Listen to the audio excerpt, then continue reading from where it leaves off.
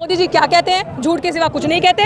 मेरा झूठ सबसे मजबूत, तो यही है उनके पास। And Modi is not a topic Modi की रॉन्ग पॉलिसीज, गवर्नमेंट के प्रधानमंत्री हैं जो डिसीजन मेकिंग में। तो प्रधानमंत्री से ही तो सवाल करूंगी ना, क्यों बैठे हैं वहाँ पे? मेरे सवाल का जवाब नहीं देंगे तो मैं राज करने दूंगी उनको इतनी आसानी से? मेरा समाज बैठने देगा उनको इतनी आसानी से? He is our representative, he is there on the chair to represent us. अगर 85% देश परेशान है तो मोदी जी को कुर्सी छोड़नी चाहिए।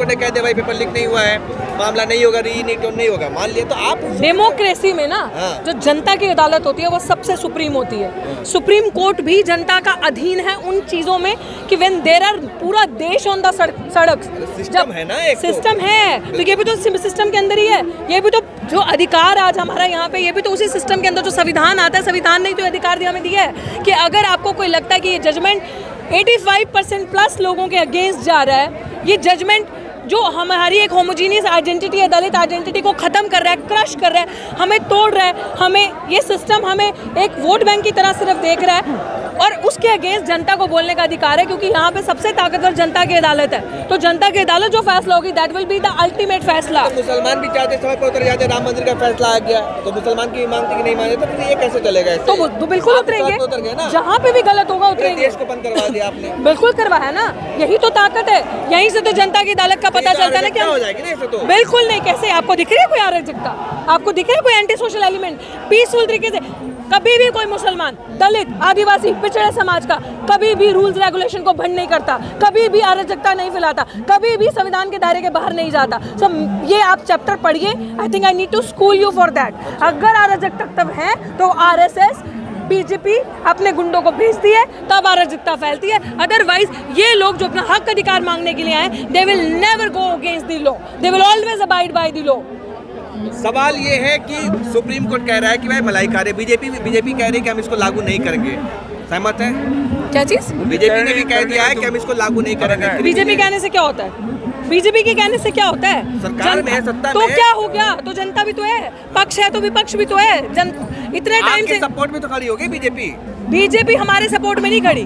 बीजेपी की जब करना सेनी, हिंदू वाहिनी, इस तरीके के संगठन, जब इस तरीके के संगठन हमें सपोर्ट कर रहे हैं ना, तो हमारे लोगों को समझ में आ जाता है साजिश कहाँ है, खेला कहाँ हो रहा है। और हम लोगों को समझ में आ गया, आरक्षण तुम हमें दे नहीं रहे, आरक्षण के नाम पे तुम बदनाम कर रहे हो, हमें एनएफएस कर रहे हो, हमारी सीटें खा रहे हो, बैकलॉग तुम लागू नहीं कर रहे, और आज तुम्हें हमारा दर्द आ गया कि इनको अब हम आरक्षण मिलना चाहिए, इनको नौकरियां मिलनी चाहिए। तो मैं वही तो उसका बता रही हूँ ना, बीजेपी हमारी हितैषी है। चलो मैं आपकी बात मानती हूँ, बीजेपी को बोलो कल संसद में कानून पास करे कि ठेकेदारी प्रथा समाप्त होती है। जितने भी गरीब कमजोर समाज के लोग जो ठेकेदारी प्रथा के खिलाफ लड़ रहे हैं, ठेकेदारी प्रथा हद से बंद, सबके सब परमानेंट, एजुकेशन फ्री, सबको, जितने भी गरीब, सुनो चुप, पहले सुनो, जितने भी अभी पोस्ट होंगी आने वाले 2 साल, हर पोस्ट पे, चाहे वो लेटरल एंट्री है, चाहे वो यूनिवर्सिटी के अंदर टीचिंग असिस्टेंट, नॉन टीचिंग, चाहे वो डॉक्टर्स है, चाहे वो इंजीनियर्स, कोई भी स्टाफ, कोई भी इस तरीके का ब्यूरोक्रेसी, कोलेजियम सिस्टम, सिर्फ और सिर्फ SC/ST के लोग परमानेंट हो गए, सिर्फ और सिर्फ SC/ST के लोगों को रखा जाएगा। No general category will be entertain on any positions.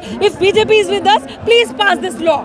Lateral entry पर यूपीएससी ने 45 लोगों के लिए वैकेंसी निकाला, उनको रद्द कर दिया बीजेपी ने कि ये सही नहीं है। ड्रामा, रद्द नहीं किया। जब विरोध हुआ, लोग गए, they are testing a patience, they are testing the waters, कितना गर्म है, तापमान क्या है, तो वो ये टेस्ट करते हैं। बीजेपी कुछ रद्द नहीं करेगी भाई। राष्ट्रीय स्वयंसेवक संघ का एक ही मॉडल है, इधर BJP RSS led BJP government, एक ही मॉडल है, आरक्षण खत्म करके। क्योंकि पिछले 10-20 सालों से जो दलित, आदिवासी और मुसलमान समाज के बच्चे ब्यूरोक्रेसी में IAS के एग्जाम दे रहे हैं और टॉप कर रहे हैं, यानी कि सिर्फ क्लियर कर रहे हैं, तो उनको ये खतरा है कि अगर ये ऊपर की पोजीशंस पे आएंगे, जज बन जाएंगे, IAS बनेंगे, डिसीजन मेकिंग में आएंगे, हमारी पोल पट्टी तो खत्म हो जाएगी, हमारी जो हेजेमनी है, जो कंट्रोल है, वो हल्का होता दिखेगा। इसलिए एक साजिश के तहत हो रहा है कि इसको खत्म किया जाए, आरक्षण को समाप्त किया जाए। हमारी लड़ाई वहीं से शुरू होती है।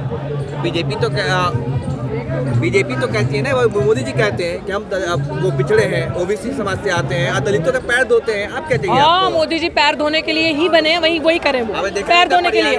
पानी, वही तो मैं कह रही हूँ, वो पैर ही देश चलाने के लिए नहीं बने, वो देश नहीं चला सकते। मोदी जी तो कहते थे काला धन वापस आएगा, 15 करोड़ आएंगे। मोदी जी कहते थे 200 करोड़, 15 लाख आएगा, आपको 2 करोड़ रोजगार मिलेगा। अरे इतना झूठ बोला, हमें भी याद नहीं रहता। यही थोड़ी ना, is not the important matter in our life to remember what ever.